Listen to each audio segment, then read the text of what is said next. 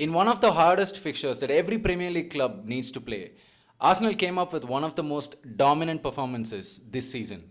This was arguably our best performance in the Premier League so far, and definitely our best performance away from home.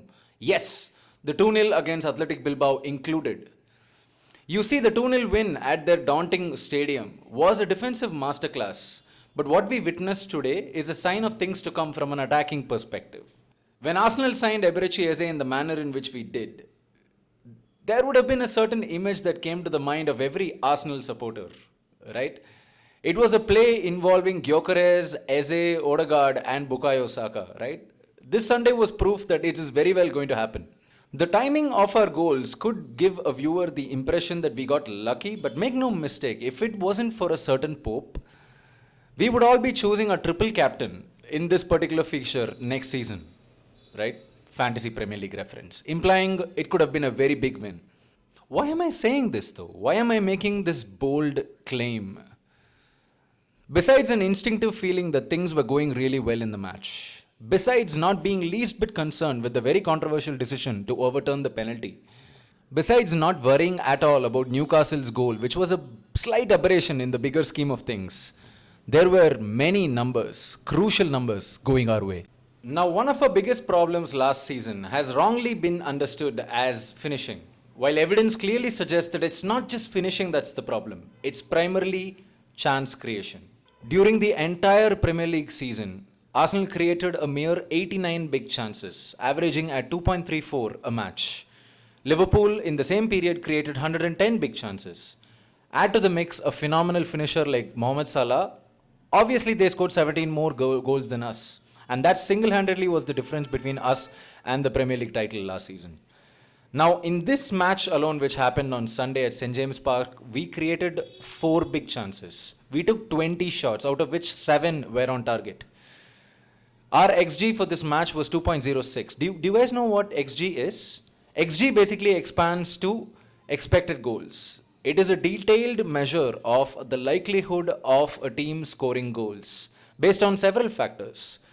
Pressure, the amount of pressure from defenders, the angle of the shot, frequency of shots taken, have the players had enough threesomes.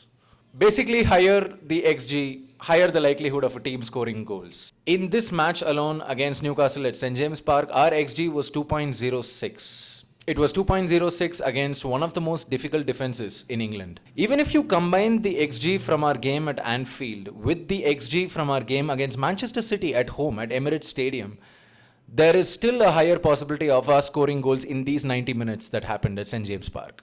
Now, I can attribute this to a lot of reasons, but one of the biggest reasons why we decided to put our best foot forward on that particular match was because a certain Declan Rice decided we will. In the early weeks of this Premier League campaign, my biggest concern was which Arsenal player will be taking up the burden of progression. You see, for us to be effectively able to create chances, defenders would have to play out from the back, pass it on to midfielders, who then put the attackers, the creative attackers, in a position to exploit. Now, the person responsible last season for either recovery or passing on the ball to the creatives was Thomas Partey. The season before that, it was Jorginho. I was afraid it was too early for us to start expecting Martin Zubimendi to do that. When I watched our game against Athletic Bilbao, I thought I knew the answer. And after watching our match against Newcastle on Sunday, I know the answer. Declan Rice is that player.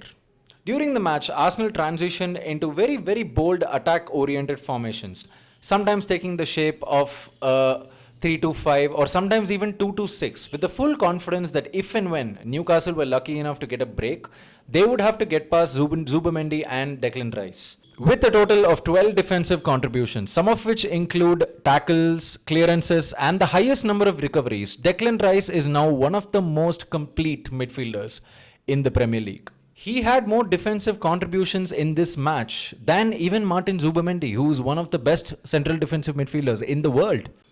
With Arsenal pouring more men forward, there needed to be someone who was able to make passes into the final third, who was able to put these players in a position to attack, man. Declan Rice made 12 such passes to the final third. Some of these were grounded passes, cutting through the lines, but some of these were also long balls, aerial balls above the congested midfield that was part of Newcastle's plan to not give attackers any space. This is a guy who is capable of long passes, short passes, through balls, shooting, tackling, recoveries, and all of this for 100 minutes of the match because of the engine that he is. And he is everywhere. This is him at central midfield. This is him at left wing. This is him at left back. Declan Rice also brings with him an understanding, not just to make his job easier, but also to make his teammates' job easier. And I have the exact perfect moment to show you this. There was a moment in the match when Timber played a through ball to Gyökeres, who then collected the ball and made a perfectly weighted pass to Saka. Saka then found Declan Rice in midfield to set up a 5-on-3 situation. Notice how Declan Rice takes exactly 1 second for their right back to move closer to him so that Trossard would have more space. Now this 1 second wait made sure that Trossard was able to take a first touch and then shoot. The ball ended up hitting the post. But this is Declan Rice exactly 30 seconds later defending on the other end of the pitch. Now add to this the fact that Declan Rice is also responsible for taking the set pieces. Declan Rice took 7 corners that day. Nearly all of them were perfect. Some very, very smart defending from Newcastle defenders and some mistimed runs from Arsenal players meant that they couldn't be converted into chances and then eventually goals. Not just that, Declan Rice made numerous crosses into the box, one of which assisted Mikel Merino for the equalizer, winning more than 75% of the duels, both grounded and aerial. Declan Rice is a formidable force and I cannot wait to see what more he brings to this Arsenal team. I'm still waiting for some free kicks in favourable positions after the Real Madrid tie. So, Arsenal have now played 6 games against a series of difficult opposition. You know, make no mistake, we were screwed over for the first 6 fixtures. And I get that logic. Some people tell you that logic, right? How does it matter, bro? Everybody eventually praise everybody. The person who says this clearly doesn't factor in human emotion. You see, if you win 4 games against relatively easier opposition, you have this thing called momentum, and that is going to really help you play the 5th game against difficult opposition better. After St. James Park, Anfield, Old Trafford, and not to mention Manchester City at home, Arsenal are just 2 points off the top of the table, Liverpool, and with more momentum and relatively easier next few games. I can now confidently claim advantage Arsenal. Now would be a good time to pick some attackers from Arsenal for your FPL team, you know.